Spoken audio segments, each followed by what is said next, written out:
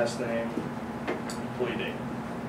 F name, L name. What was the other employment date? Employment date. Okay. Okay. So employee number, first name, last name, employment date. The other thing we need to identify at this stage is, does she need it sorted in any sort of way? Now, what do I mean with sorting? A lot of times people get grouping and sorting mixed up. Sorting means I'm going to take a big list and reorganize it. Just shift all the things around. Grouping means I'm going to take a list and break it up by other values. So here's a list of my customers broken up by each of my salespeople. That's what we mean by grouping. Sorting, on the other hand, says, well, here's a list of my salespeople, their customers, and the period sales. I just need to reorganize this to say, show my customers in alphabetical order. Still one big list. I still see John and then Jane and then John and then Jane. Whereas here it's separated out. So what we're looking for is sorting. How does she want any sort of sorting on here? Hire Hire and date. So what I'm going to do is I'm going to go through. Normally I have a red. I would do this in red, but I'll just put a little arrow. Say, hey, you know what? When I build this, I need to make sure I sort on that employment date. So at this point, this is what my mock-up would look like. Pretty basic. I'm just identifying what it is I want to see in the report, any sort of sorting. Now as we go through here, I'm sure you saw a filter or two. We'll get to that. Don't we also want to know if they're actively employed or not? That would be one of our filters, right? So she said sometimes I want to be able to see, well, most of the time I want to see my active employees, but sometimes I might want to say that. So to me, that's a filter. Oh, ding, ding, ding. Okay. Right now we're just worried about what are my table headers going to be? What's my sorting going to be? Exercise 2, Janice. We're going to get familiar with Janice as well. She's the head of our sales department, and she pays out our commissions. So she's got this really long-winded report. Chances are, when somebody comes to you, they're not going to give you this big, long-winded report. They're going to give you the 2-second spiel, and you're going to have to ask lots of questions. I need a report that lists all the customers who had a commissionable transaction in January 2008. The customers should be broken up by salesperson so that there can be a subtotal of the commissions for each salesperson and a grand total for all commissions paid during January. I need to be able to select which salespeople show in the report so I can run it for one, several, all salespeople. Commissions are paid as a flat percentage of the transaction total. Ugh. Okay. So, as we come over to our board here, I'm going to just put a little bit lower. So one thing that we need to note here is she specifically said she needs them grouped. So we're going to need to represent this type of list as opposed to this type of list. And how you go about doing it is up to you. I do it based on where I put my headers on my board. Some people prefer a different way and actually fill out fake data. But for me, I said, okay, well, she says she wants a list of customers grouped by salesperson, right? So that tells me my main grouping is going to be my salesperson. Probably the code. Okay. What else do we need on there? I don't remember what she said. Customer. Okay. Do we need a name on there? It doesn't say so, but it might be helpful to put it on there. But we don't need to. Okay, so we've got our salesperson code. Now it says I need to have all my customers for each of those salespeople. So what I do in my mock-up is I drop down. Right? I represent my grouping so it kind of mimics this style. So we're going to come down here and I'm going to drop down and say customer number. For the customer, what else do we need to see? You're going to know the commissionable transaction. Okay. Salesperson for that customer.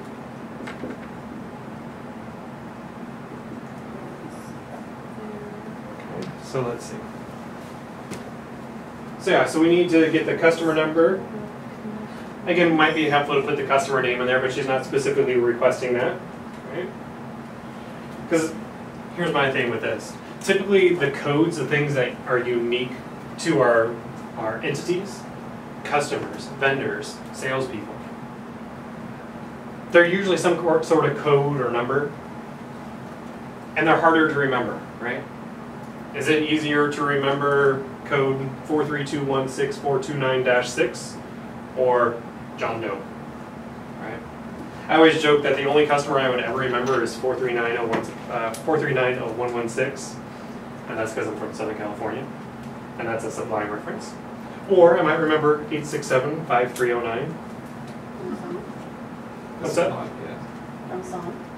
Exactly, that's Jenny. So typically when I'm putting a code or a number, I'm going to pull a name with it as well, right? Give me that salesperson's name. Give me that customer's number. Those are things that stick out in our brain a little bit more. All right, so we have our total commissionable transactions there. You need a date too. Well, you also need commissions paid. Well, we're gonna think of this on a high level, right? We're gonna say, okay, here's my salesperson code. Here's the customer. Here's their total of their transactions. Maybe I'll put a little $sign here. And then I need to know the commission amount. How much commission are we going to pay out on that? And then, you know, whether that's a percent, right? Maybe this is the actual percent, or maybe we have the percent here and the customer amount. Depends on what they want to see. Does this customer for this salesperson, do they all get different commission rates? It might be important to list that commission rate. So it's really up to you kind of what needs to be shown. And the nice thing is just like Excel functions, I can say, take the sum of these cells and multiply it by the sum of these cells. I can do that with JET functions. Give me the commission rate for this salesperson and multiply it by the sum of the commissionable transactions. Right? I can build that into one query, or I can build it at separate ones and do Excel, say, take this cell, multiply it by that cell. But this would be kind of how I represent that grouping report. Other people, one way you could do this is go into Excel. I've got a coworker who prefers to do it this way. He's going to come in and he's going to say, okay, well, I've got my customer number, my customer name, oops. I'm going to put in my salesperson code, salesperson name, total transactions, and total commission. Okay. What he does is he just goes through and says, okay, well, those are all those values, and he just puts in sample values. JR, John Roberts, 1, 2, 3, 4, 5, ABC, Inc., 5, and they get total commission, they get nothing on that because they didn't make enough. So he'll go through and actually just build in sample values. I don't like doing that. I think it's more work than it's worth. But some people, this visually is a way to do it, because then they can say, okay, well, here's my headers. I get an idea of what it is I'm after. Okay. Just gives them something to frame a reference. The last thing we have in here is they need to see a subtotal for the salesperson, and then a grand total as well.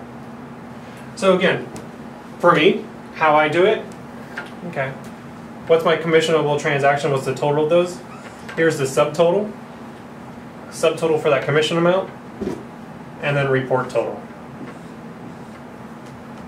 I just put those underneath it. Or you can come over here and just say, I need a subtotal, subtotal, report total.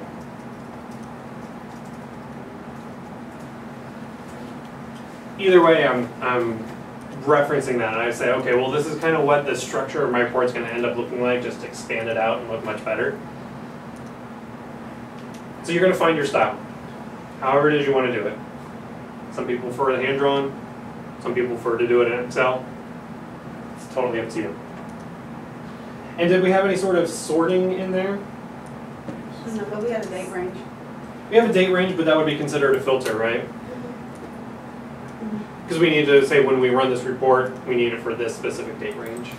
Right now, we're just concerned about the look and feel, what it is that we need to see in there. So am I skipping ahead, but how do you get it to group? So I saw there's a filter Yep, grouping is day 2. We're gonna build really basic reports today. Tomorrow we'll get into grouping and actually build something like this. We want to teach you to walk before you run. It's crazy. All right, so we've got some exercises on page 211, 212, and 213. Could we just identify which fields are filters then?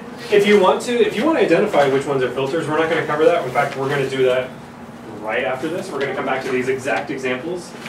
And there's a specific way we want to do it within the book, the confines of it. So feel free if you want to go through and mentally note, or even write it on there, what those filters are or what you think they are.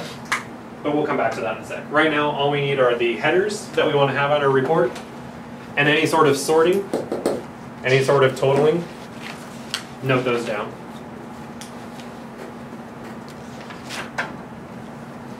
So let's take about 5-10 minutes. We'll do those, and then I'm going to ask for volunteers to come up to the board because we're back in 2nd grade. You know SMI. What's that? So then you also know SMI. Actually, I have another coworker who forces people. I give people the option.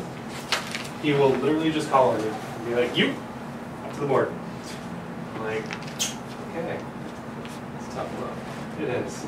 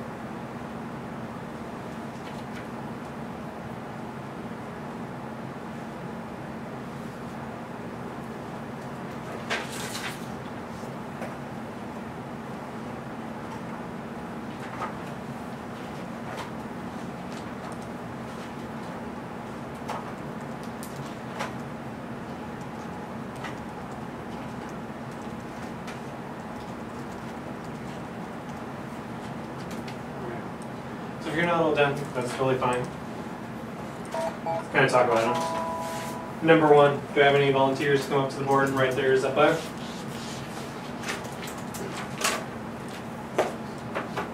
I'll do it. Alright,